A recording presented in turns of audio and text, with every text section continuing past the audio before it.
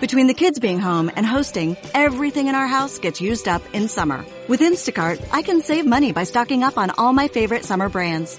I save time by getting everything delivered in as fast as an hour. And I save myself a sink full of dirty dishes by stocking up on paper plates for the annual summer cookout. Save more on summer essentials? Spend more time enjoying summer. Add summer to cart. Download the app to get free delivery on your first 3 orders. Offer valid for a limited time. Minimum $10 per order. Additional terms apply.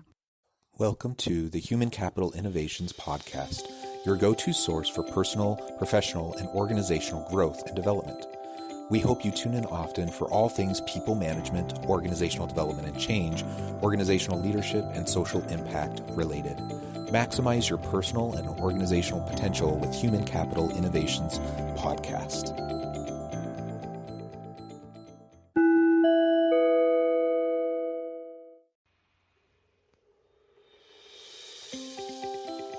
Welcome to the Human Capital Innovations Podcast. In this HCI podcast episode, I talk with David Stone about overcoming anxiety for individual, team, and organizational success.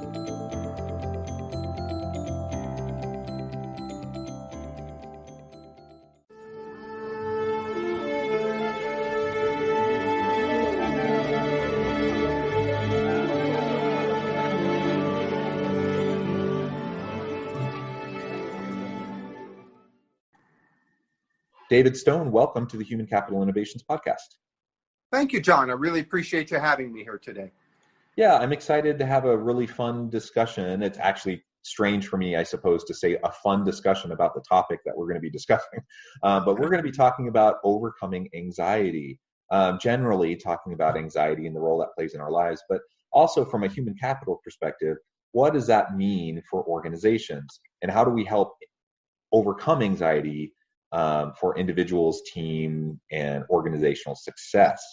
And it's true, I am excited about the conversation, even though it's a heavy topic, because it's so important. And I think listeners tune in to hear our discussion about these types of issues as leaders are grappling with how to deal with these types of challenging issues, particularly, I think, right now amidst COVID and all the stuff that 2020 has been throwing at us.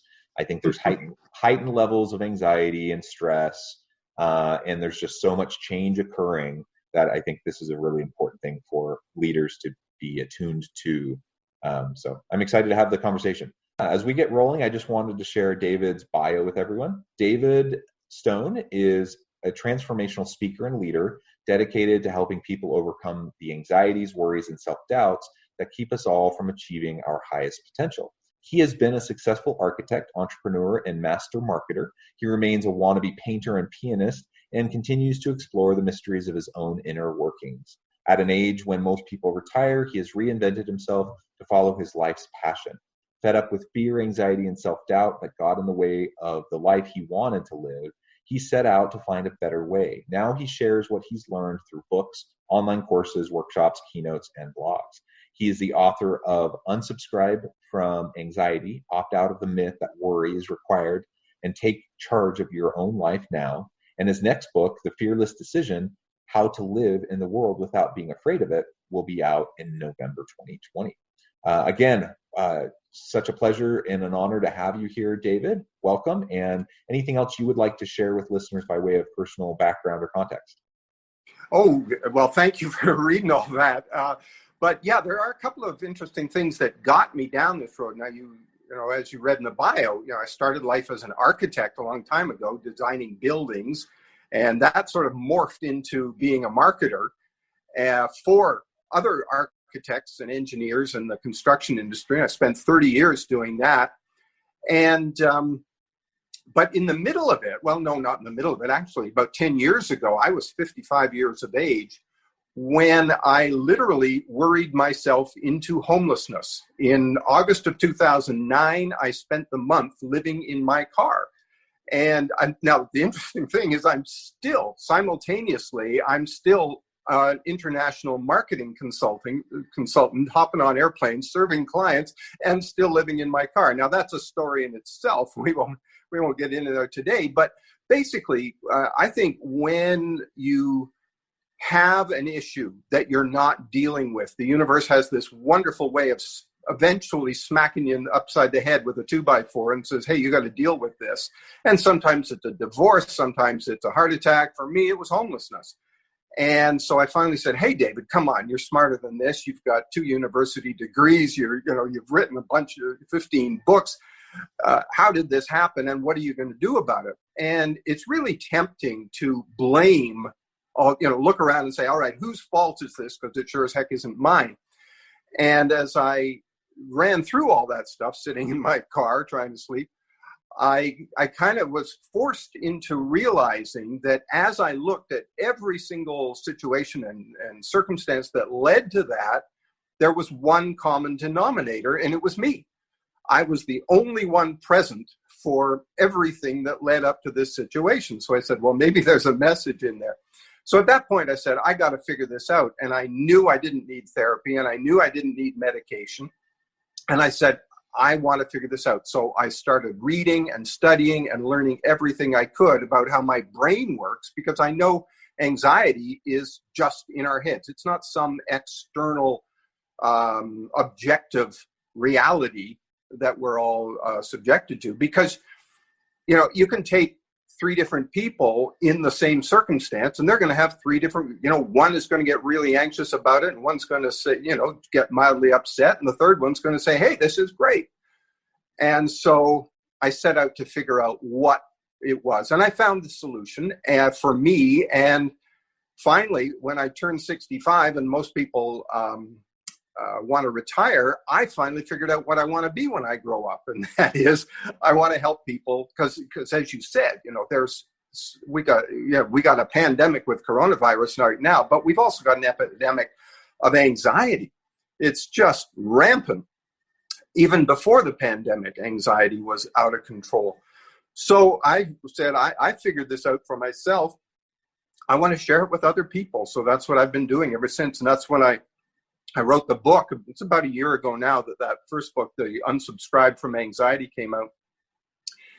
And the title of that book really is designed to make the point that anxiety is a choice that we make. It is a mental choice that we make, because in any given situation, we have the choice of how we want to respond to it. And we have been responding with fear and worry and anxiety for so long, and it is so common out there that it appears to us that that's a natural response, and it's just become a habit, and so we continue to respond that way. And when I discovered that it is not necessary, and it's not actually it is normal in that it is, so many people do it, but it's not natural. And normal, obesity is also normal, and heart disease is also normal, and underfunded schools are also normal. None of them are things that we want to have around or are required to have around, and good people are working really hard to get rid of those things. And it's the same with anxiety. Well, thank you for a little bit of background to your own story and your own experience in what's driving you and motivating you to be engaged in this way. I think that's really great. And you said something at the very beginning of your remarks that I think is also important to note. You mentioned that you figured it out for you, and that you knew for you that you didn't need therapy and that you didn't need medications. I do want to acknowledge, that anxiety can be, a debilitating type of mental health challenge. And many people do need therapy, and many people do need medication to be able to cope and to deal with it. And to your point, though, there's it's a spectrum, right? There's different levels in physiological responses and brain chemistry. It's different for everybody. And so we're not suggesting, that there's a one size fits all here.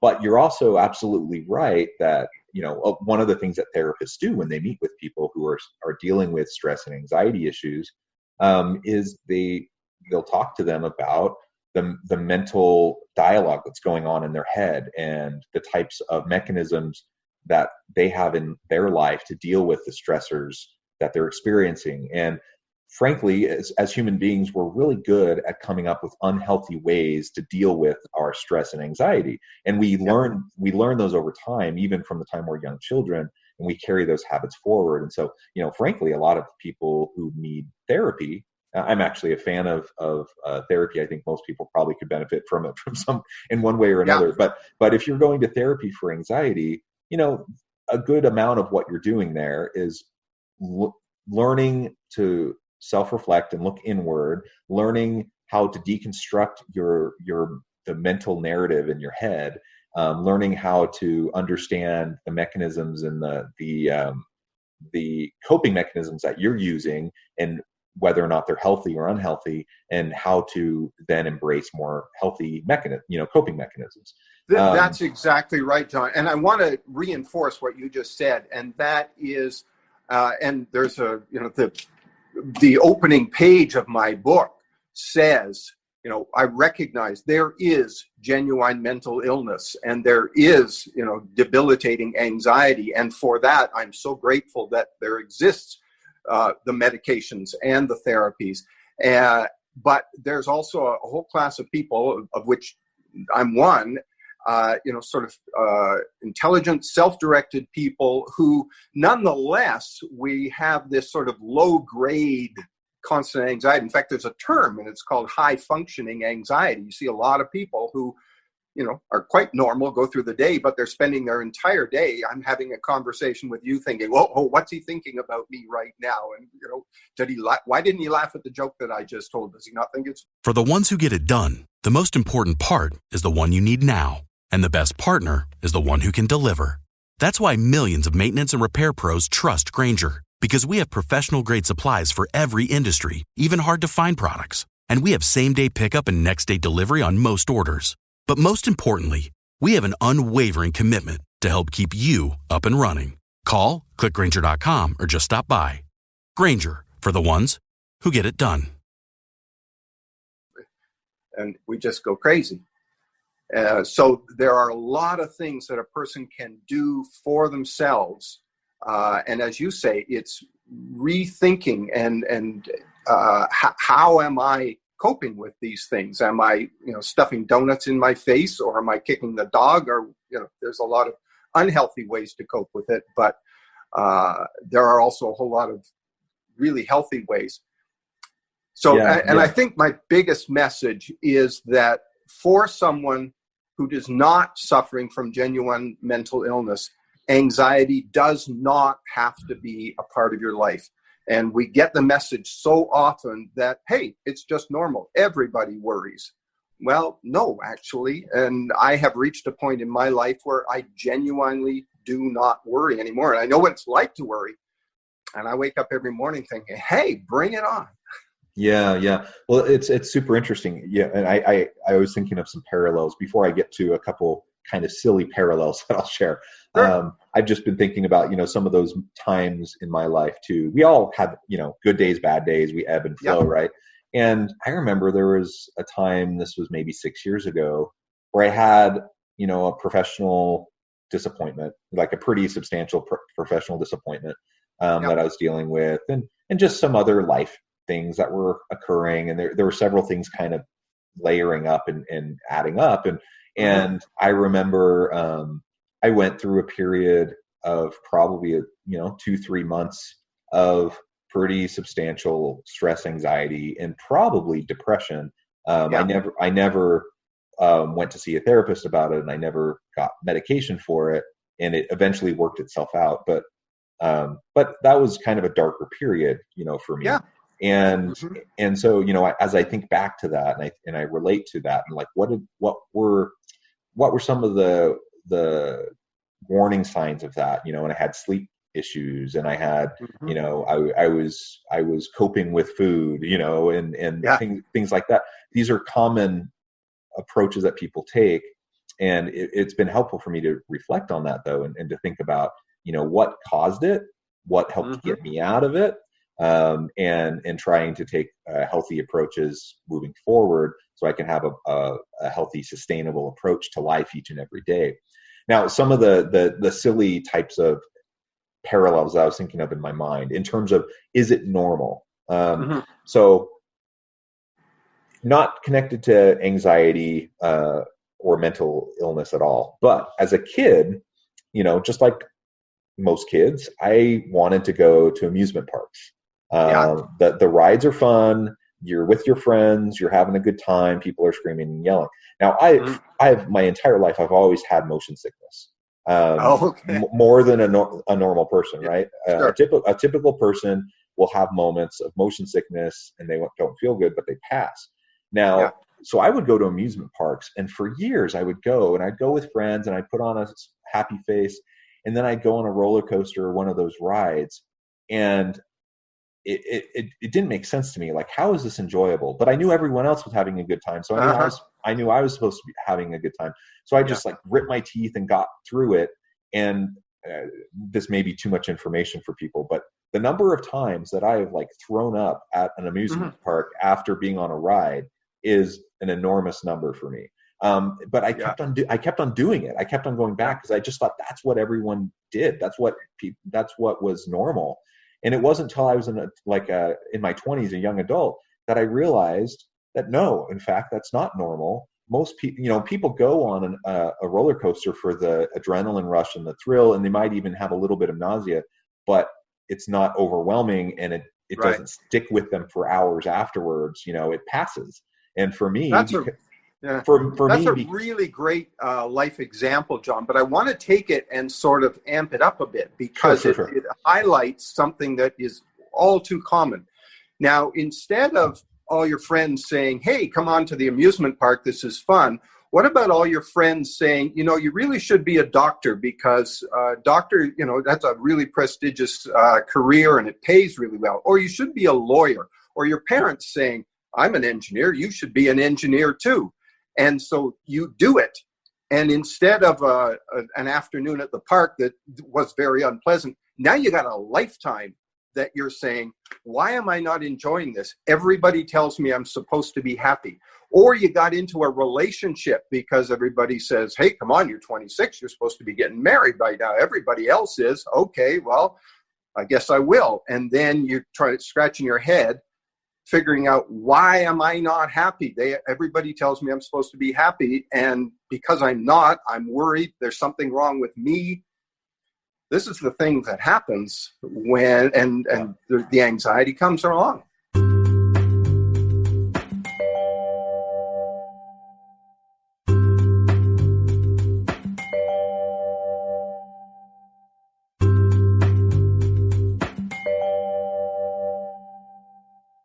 Yeah, and we see that over and over and over again. So, one of the things that I like to think about, for myself and for others around me, or in a leadership role when I'm working with my team, what are we doing to be present in the moment, present and attuned to ourselves and our needs, and what kind of self-care are we practicing on a regular basis? And if we take the time to be present and we practice mindfulness and we practice self-reflection, then we can start to better understand those aspects of ourselves, so that we have good career alignment, we have good relational alignment, we have all these different pieces that really wear on you day in and day out when the alignment when there's a mismatch and the alignment's off. Oh, absolutely, it is. It just grinds, and it's this weight that we're pulling along. I like to envision it as this anchor that I'm dragging behind me. And it was interesting when you talked about your period, 2 or 3 months that you said you went through. And how great would it be if instead of 2 or 3 months, because, hey, stuff happens to all of us. I just had, I do some coaching, and I had a call yesterday with one of my clients who yesterday morning got called in and they said, "We're laying you off." And so he called me, what am I going to do? And he was really, he was quite down, understandably. But imagine instead of 2 or 3 months, we were able to learn processes that allowed us to deal with that in 2 or 3 days or 2 or 3 hours. Okay, now I processed it, I dealt with it, it's done. Now I'm back up to peak performance and I can move on. Because stuff happens. We get hit by things. I was telling you before we signed on here, my computer crashed yesterday, and I live with that thing. It's my lifeline. So, do I get stressed about it? No. What's the point of that? It doesn't help. And that really is the thing about anxiety. And one of my motivators for trying to deal with this is that when you think about anxiety, there are 4 good reasons to find a way to get rid of it in your life. Number 1, it feels awful. It's one of the worst emotions that we as humans can experience. Number 2, it never solves anything. No one has ever, okay, I'm going to worry about this for 3 days and lie awake for 3 nights. Now everything's better. Problem solving is a very different process than worry. Worry goes around and around in circles, and you're back at the same place you were 24 hours ago. Problem solving is a logical, reason-based activity that takes potential solutions, weighs them, plus and minus, and then puts into action and tests, etc.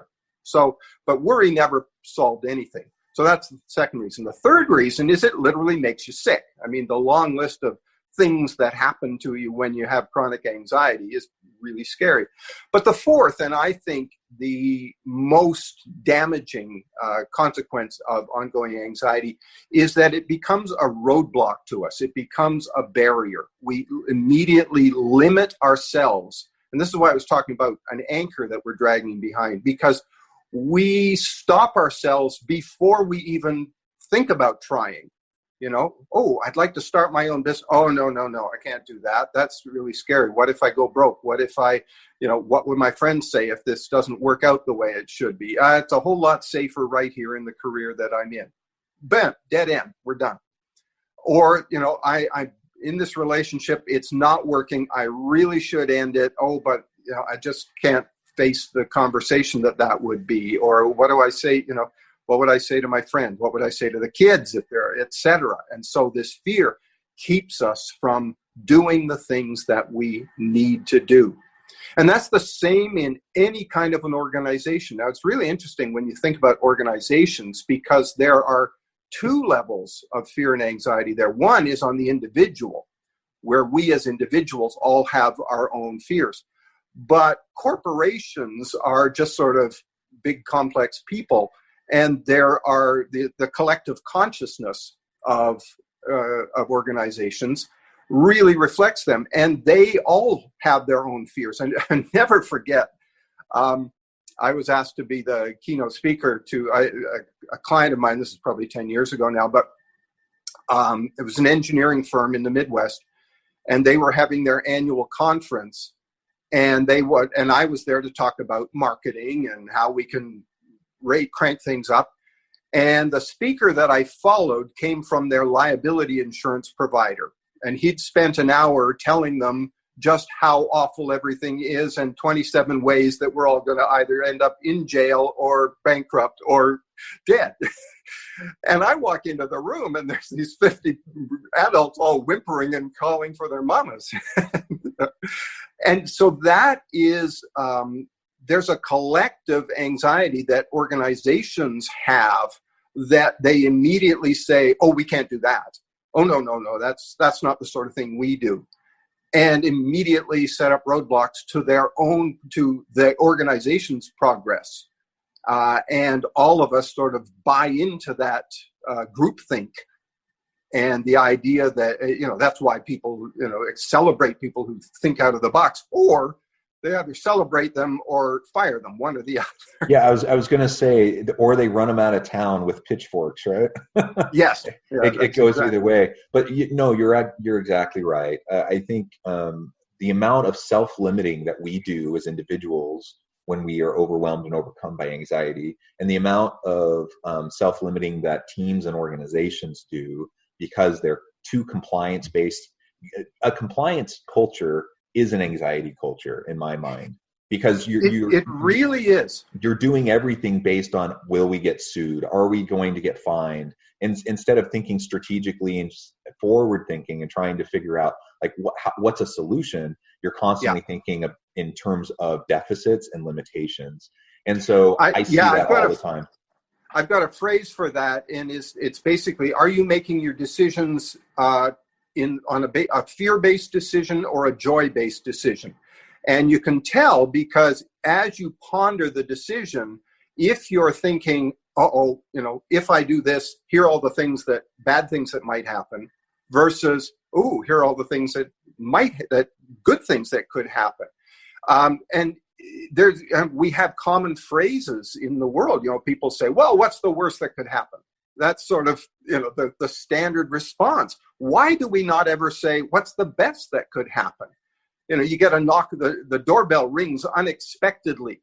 I bet it's the police. I bet my son was in an accident. I bet, Johnny's in trouble at school or whatever. Why do we not then think, maybe it's the Publishers Clearinghouse with my $1 million check? But, and this is why I say it's a habit. It's a mental habit that if we catch ourselves, like any habit, it can be replaced. But first you have to be aware that you've got the habit. Yeah, absolutely.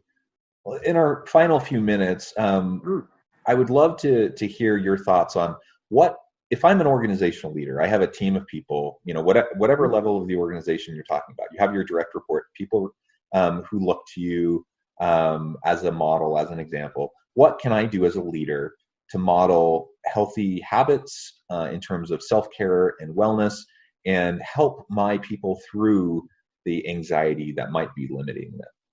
Oh, that's a really great question. One of the things, especially with COVID these days, we're seeing an awful lot of advice about how to handle anxiety, but all of it, or virtually all of it, is about dealing with symptoms.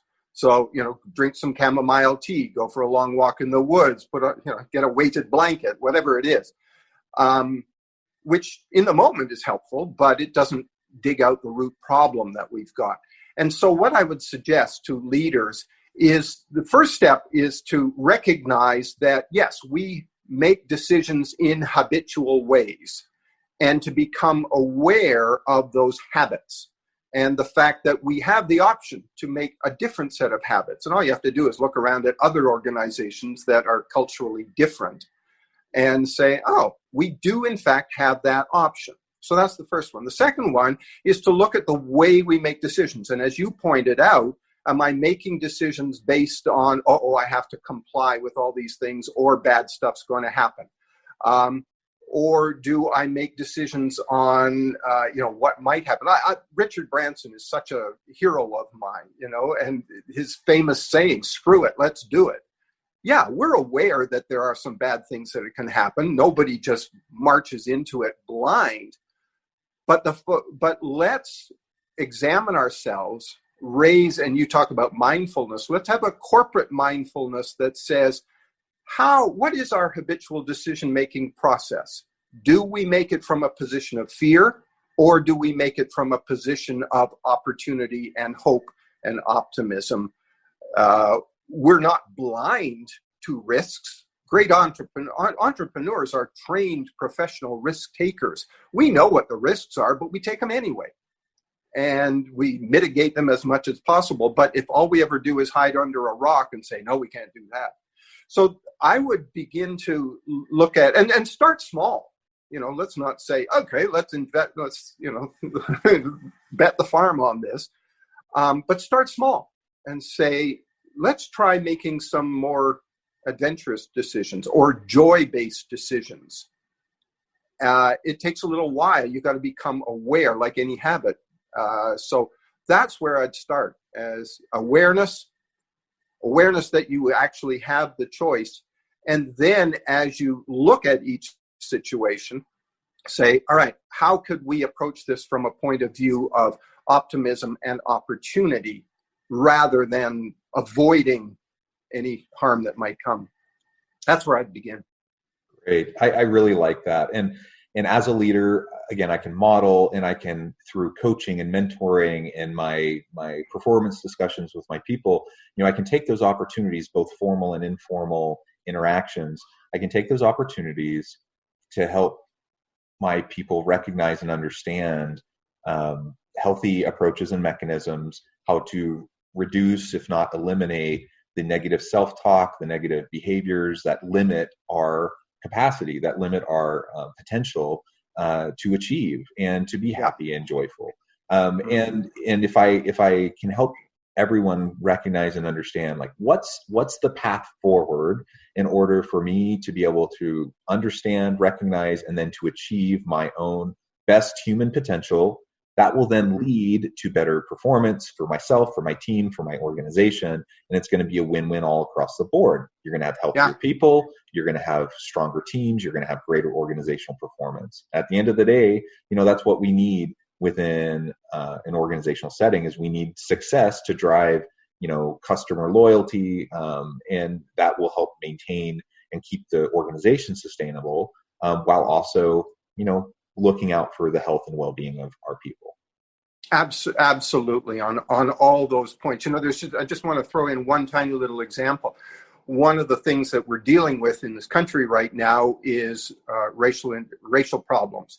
And one of the things that organizations deal with, have been for a while now, is diversity.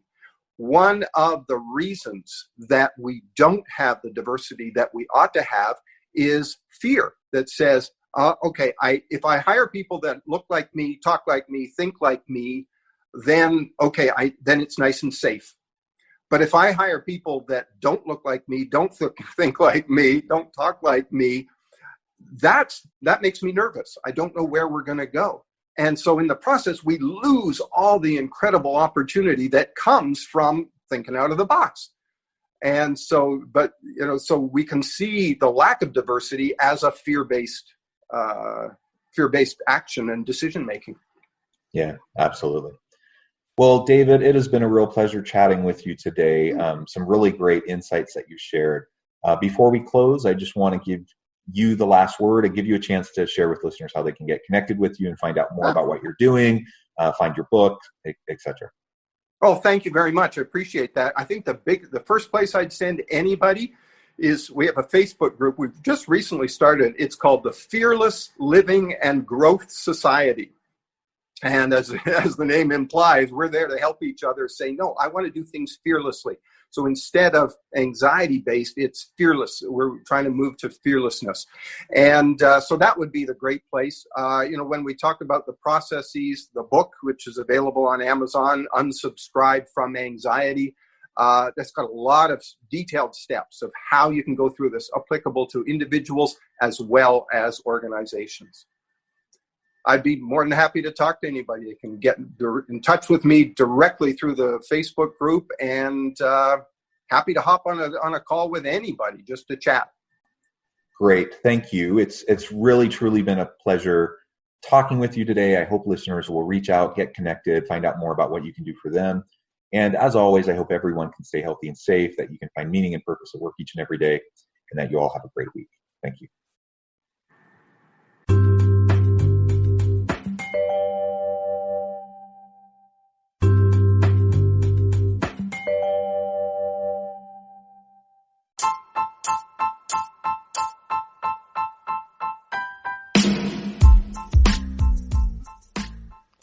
We are excited about the launch of HCI's new magazine, Human Capital Leadership.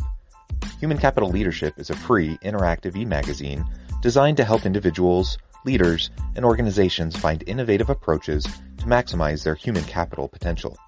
We will be publishing issues quarterly in August, November, February, and May. Check out the first issue and let us know what you think.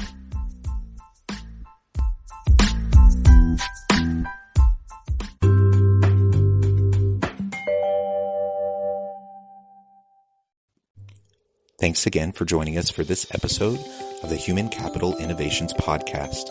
I hope you stay healthy and safe and that you have a great week.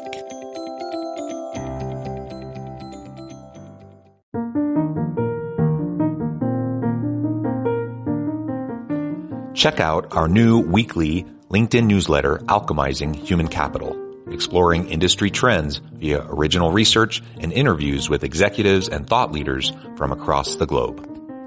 We look forward to having you join us.